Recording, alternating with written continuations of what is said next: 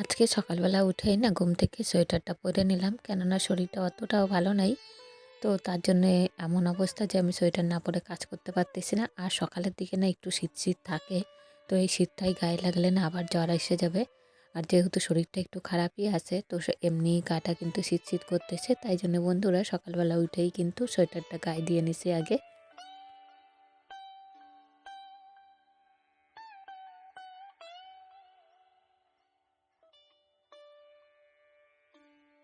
শুভ সকাল বন্ধুরা, সবাইকে নমস্কার জানাই। আজকের একটা ব্লগ আমি শুরু করতেছি। কেমন আছেন আপনারা সবাই? আশা করছি সবাই খুব খুব ভালো আছেন, আর আমরাও সবাই খুব ভালো আছি।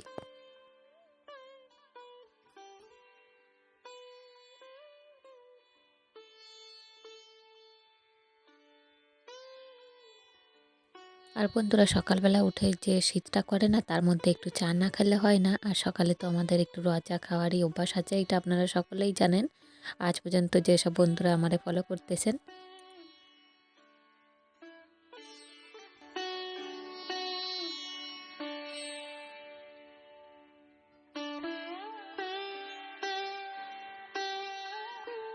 চাটা খাইয়ে না বন্ধুরা, ফ্রিজ দিয়ে যে দুধের প্যাকেটটা ছিল আর একটা, তো সেইটা বার করে নিয়ে না আজর কারণে রাখলাম, কেননা একটু ঠান্ডা অবস্থায় তো জাল দেবো না। একটু পরে যখন একটু গরমের ভাবটা লাগবে ওর গায়ে, তারপরে কিন্তু জালটা দেব। তো তারপরে আইসি একটু বেসন বড়া করতে সকালে মুড়ি খাবার জন্যে।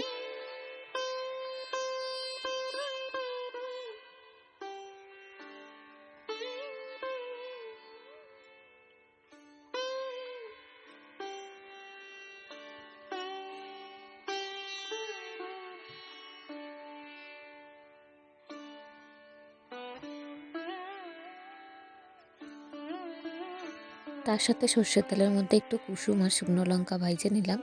এইটাও কিন্তু আমরা মুড়ি দিয়ে খাইতে বেশি পছন্দ করি।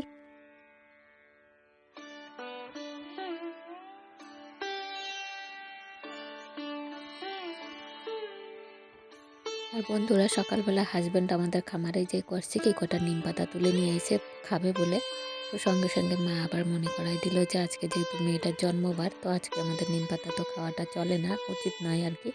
তো সেটা আবার তুলে আনছে, বললো যে ওইটা একটা প্যাকেটের মধ্যে রাইখে দিয়ে তাহলে ফ্রিজের মধ্যে রাইখে দাও, কেননা আবার তো নষ্ট হবে, ফালতু ফালতু নিম পাতাগুলো নষ্ট হয়ে যাবে, দরকার নেই। এর থেকে আবার ঢুকায় রাখলাম ফ্রিজের মধ্যে। তারপরে এদিকে বাসনপত্রগুলো যেগুলো ধুয়ে রাখছিলাম সকালের, তো সেইগুলো এখন একটু তুলে রাখি গোছগাছ কইরা।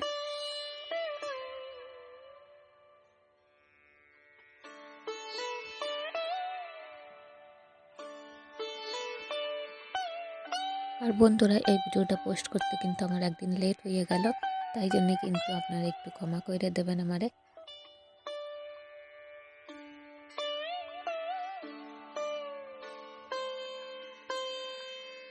এই ভিডিওটা যেদিন ক্যাপচার করছি সেদিন হলো শিব পুজো, তো সেদিন শুক্রবারও পড়ছে। আর শিব পুজো যেহেতু শুক্রবার হয়েই গেছে, যেটা সবাই জানেন। তো আপনারা যারা শিব পুজো করেছেন তারা তো অবশ্যই জানবেন যে কবে শিব পুজো হয়েছে।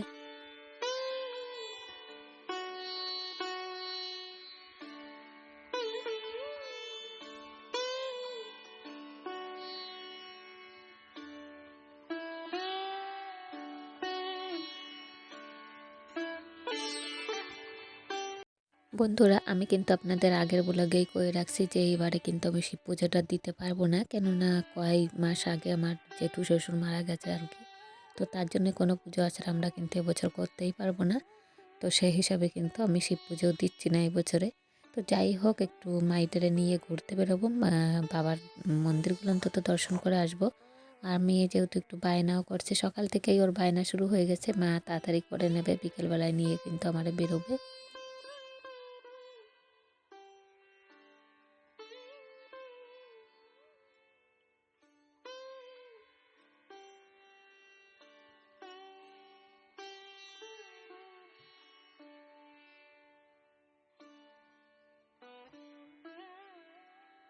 বন্ধুরা আজকের ভিডিওর কোনো অংশ যদি আপনাদের কাছে একটু হলেও ভালো লাগে থাকে, তো প্লিজ একটা লাইক দিয়ে দেবেন। আর যে বন্ধুরা আজকে ফার্স্ট টাইম আমার ভিডিওতে আসছেন, আমারে ফার্স্ট টাইম দেখতেছেন, আপনারা অবশ্যই সাবস্ক্রাইব করে দিয়ে কিন্তু আমার চ্যানেলের পাশে থাকবেন, আমাদের পাশে থাকবেন, যাতে আমার চ্যানেলটা ভবিষ্যতের দিকে একটু এগিয়ে যায়। আর তার বিনিময়ে কিন্তু আপনাদের আমি ভালো ভালো ভিডিও আরও উপহার হিসাবে দিতে পারবো। আর যে বন্ধুরা অলরেডি এই কাজটা করে রাখছেন তাদেরকে তো অনেক অনেক ধন্যবাদ জানাই। অলরেডি অনেক বন্ধু অনেক ভালোবাসা দিচ্ছেন, আপনাদের তো অসংখ্য ধন্যবাদ জানাই।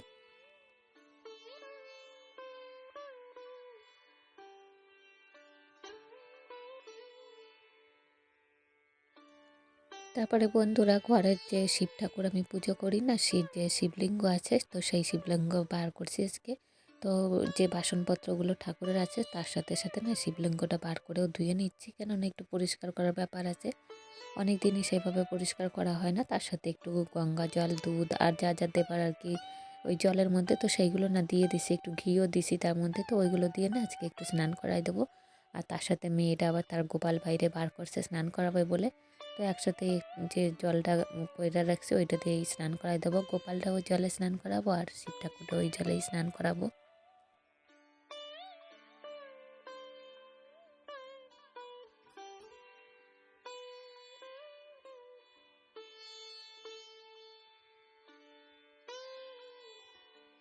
আর বন্ধুরা দুজনেরই যেহেতু শরীর খারাপ, আমারও শরীরটা খারাপ আর মেয়েটারও শরীরটা খারাপ, তো সেই হিসাবে না আমাদের শিব পুজোতে সেরকম মাতামাতির কিছু করতে পারতিস না। আর পুজো তো দিতে পারবো না, পুজো দিলে একটা আলাদা রকম হতো, সারা দিনটাই ব্যস্ত থাকতে হতো, পুজোর যে সাজ সরঞ্জাম আয়োজন করতে করতেই হয়তো সারাটা দিন কাটে যেত। আর সেই দিক দিয়ে কিন্তু আজকের দিনটা আর কি রেহাই পাইলাম, না হলে কিন্তু প্রতি বছরের মতো এবছরও করতে হতো।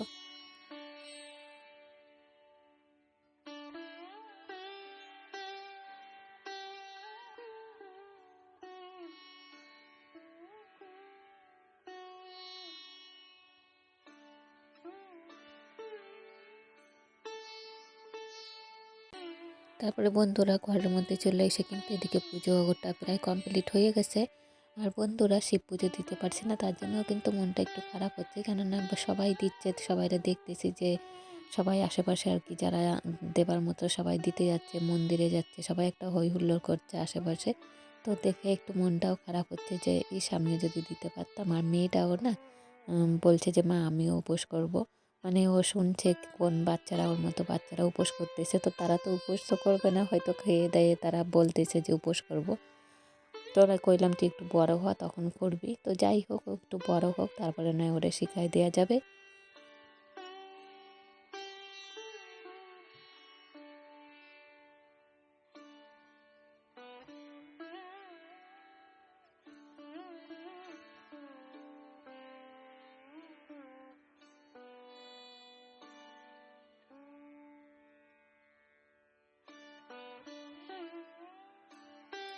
এর মধ্যে বন্ধুরা ঘর দুয়ার কিন্তু সব গোছগাছ করাও কমপ্লিট হয়ে গেছে, তারপরে কিন্তু পুজো আচরা দেওয়াটাও কমপ্লিট হয়ে গেছে। তো আপনাদের সাথে একটু শেয়ার করলাম যে আমার ঘরের অবস্থা এখন কীরকম। তো আপনাদের কাছে যদি ভালো লেগে থাকে আমার কাজ বাজ আমার ব্লগগুলো আপনাদের কাছে কেমন লাগতেছে বন্ধুরা, আপনারা কিন্তু কমেন্টস করে আমাদের জানাবেন। আর আপনারা কিভাবে কোন জিনিস দেখতে চাইছেন সেটাও জানাবেন। তো আপনারা জানালে কিন্তু আমি একটু উপকৃত হব, আর তার হিসাব মতো আমি ভিডিওটা দিতে পারবো আপনাদের কাছে।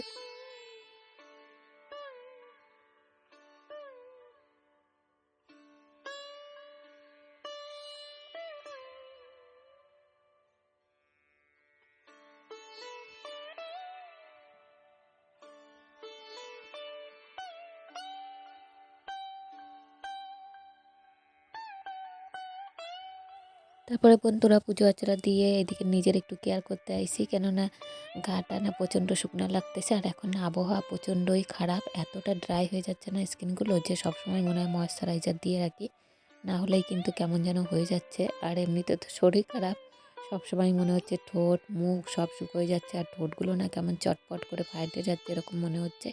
সবসময় একটা ব্যথা ব্যথা ভাব লাগতেছে, কারণ ওই জ্বরেতে না সবসময় মুখটা ওই যে হা করেছিলাম আর কি, সর্দিতে নাক বন্ধ হয়েছিল। ঘুমানোর সময় তো এমনি মানে অটোমেটিক্যালি মুখটা হা হয়ে যায়, তো তার জন্য মনে হয় ঠোঁটটা না একটু ফাইটে গেছে, তো প্রচণ্ডই ব্যথা হয়ে গেছে। তো ঠোঁটে ক্রিম মুখের ক্রিম যাবতীয় ক্রিম ফ্রিম মাইখে নেবো এখন একটু।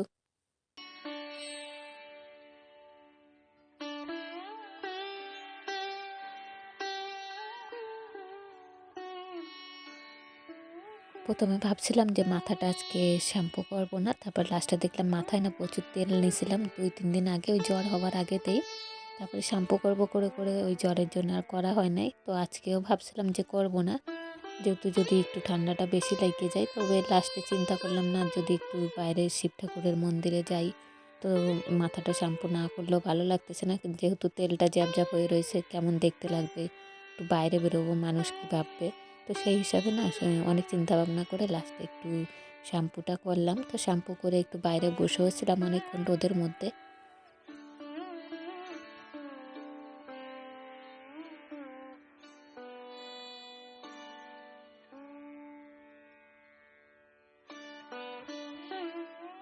আর বন্ধুরা এমন অবস্থা হয়ে গেছে না, ঘর থেকে না বেরোতে না একটু গায়ে রোদ লাগলেও মনে হয় যে শরীর খারাপ হয়ে যাচ্ছে, তখনই মাথাটা না আরও ধরে যাচ্ছে। মানে কী যে সমস্যা, না রোদ সহ্য হয় না ঠান্ডা সহ্য হয়, মানে অন্যরকম সেই বলে না পোলট্রির মুরগির মতো আর কি অবস্থা, সেই রকম হয়ে গেছে আমার শরীর।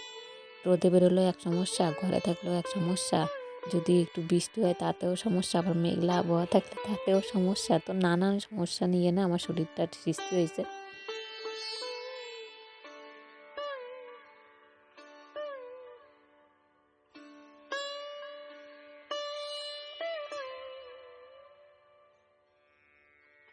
তো বন্ধুরা তারপরে চলে আসলাম কিছু যে বাসনপত্র না স্নান করার আগে এগুলো ধুয়ে রাখছিলাম, চা খাবার জিনিস, যে সকালে যে চাগুলো খাইছি, তো এই কাপ প্লেট তারপরে গ্লাস, তারপরে যে মুড়ি খাবার যে বাসনগুলো এই কটা স্নান করার আগে ধুয়ে রাখছিলাম, কেননা একটু চাপটা কমবে তাহলে বিকেলের। তো সেইগুলো ধুয়ে না এই জলের মধ্যে এখানে ডুবাই রাখছিলাম। তো ভাবলাম যে সব কাজ টাজ করে নিই, পুজো আচড়াটা দিয়ে নিই, তারপরে না হয় এগুলো তুলে নিয়ে তারপরে আবার রোদের দিকে রাখবো। রোদ পড়লে কিন্তু আবার বাসনগুলো শুকাই যাবে, তারপরে অন্য সময় ঘরে নিয়ে তুলবো। এখন এখানে রাইখে দিলাম।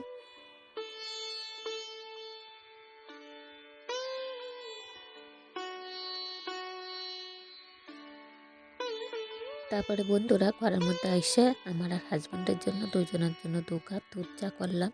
আর আজকে রান্নাবান্না সেরকম কিছু করি নাই বলে না শেয়ার করি নি আপনাদের সাথে, শুধুমাত্র একটু ডাল, মুসুর ডাল আর তার সাথে একটু আলু পোস্ত করছি। তো তারপরে না একদম সন্ধেবেলায় এই যে আমাদের বাড়ির কাছেই যে শিব মন্দিরটা রয়েছে, তো সেই শিব মন্দিরের পুজোর যে পরিবেশটা সেইটা একটু আপনাদের সাথে শেয়ার করলাম। তো মেয়েটারেও একটু দেখানো হয়ে গেল। আর এইখানে তখন আমি একটু মেয়েটারে নিয়ে বললাম যে চল একটু ঘুরে আসি, দেখে আসি কেমন অবস্থা। তো আইসা দেখি এরকম। তারপরে আমরা পরে রেডি হয়ে আবার বেরোইছি। এইটা হচ্ছে আর একটা পুজোর জায়গা। এইটা একটু আমাদের বাড়ি থেকে অনেকটাই দূরে, প্রায় বাজারের কাছাকাছি। এইখানের নাম হলো পদ্ম পুকুর নামে একটা জায়গা। তো এইখানে হচ্ছে এই শিব মন্দির, মানে এটা হচ্ছে অনেক বছর আগেরকার পুরনো মন্দির। এইখানেই বেশিরভাগ লোকজন জড়ো হয়। আর এইখানে না দুদিকে দুটো মন্দির, একটা হচ্ছে নকুলেশ্বর আর একটা কি গোকুলেশ্বর না কি নাম ঠিক মনে নেই আমার এই মুহূর্তে। আর আমিও প্রতি বছর কিন্তু এইখানেই পুজো দিই, তবে এই বছর যেহেতু দিই নাই তাই একটু সিনারিটা আপনাদের সাথে শেয়ার করলাম।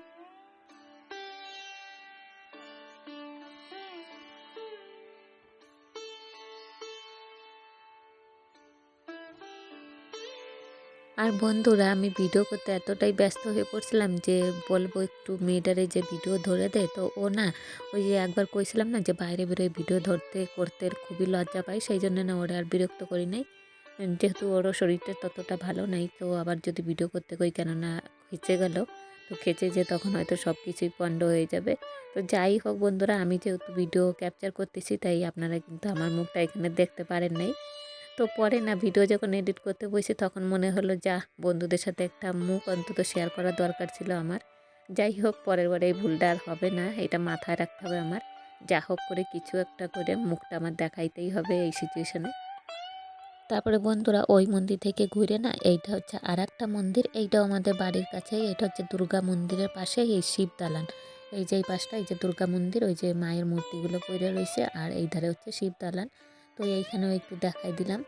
আর এইদিকে না বেশ সুন্দর হচ্ছে আর কি, ঢাক বাজতেছে, খুব সুন্দর পরিবেশটা।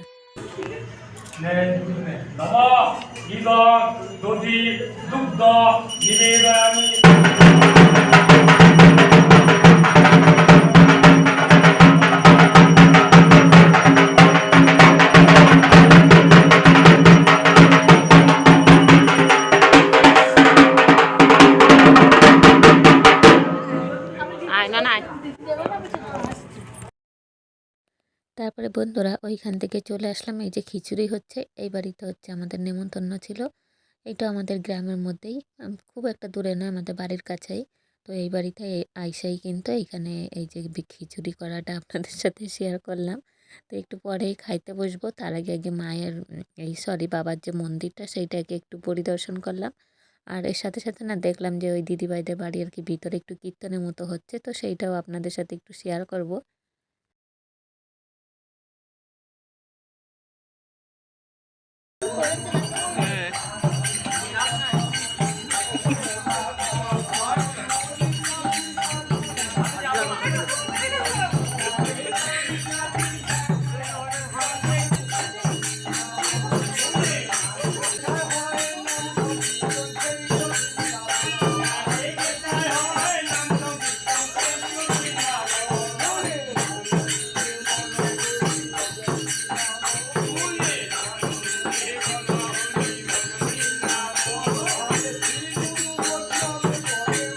আর বন্ধুরা এই বাড়িতে না গ্রামের প্রায় অর্ধেক লোকই খাওয়া দাওয়া করে প্রতি বছরই। এইখানে শিব পুজোর দিনে এই দিনে খিচুড়ি ভোগ দেওয়া হয়, আর সবাই কিন্তু বিনা নিমন্ত্রণেও অনেকেই খেতে আসে, আবার যে নিমন্ত্রণ পায় সে তো আসেই।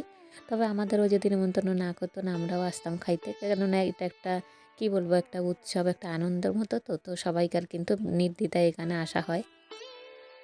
আর বন্ধুরা এই যে মেয়েটারে একটু বললাম ভিডিও করে, তো তো ওই এই অবস্থা করে দিল, ওই যে আমি বসে রয়েছি একটা চুড়িদার পরে। তারপরে বন্ধুরা খাওয়া দাওয়া করে না সোজা বাড়ির দিকে যাব। আর তার সাথে সাথে আজকের ভিডিওটা এখানেই শেষ করব। কেমন লাগছে আপনারা অবশ্যই জানাবেন কমেন্টস করে। আবার দেখা হবে আগামীকাল ঠিক বেলা 3টায়। সবাই ভালো থাকবেন।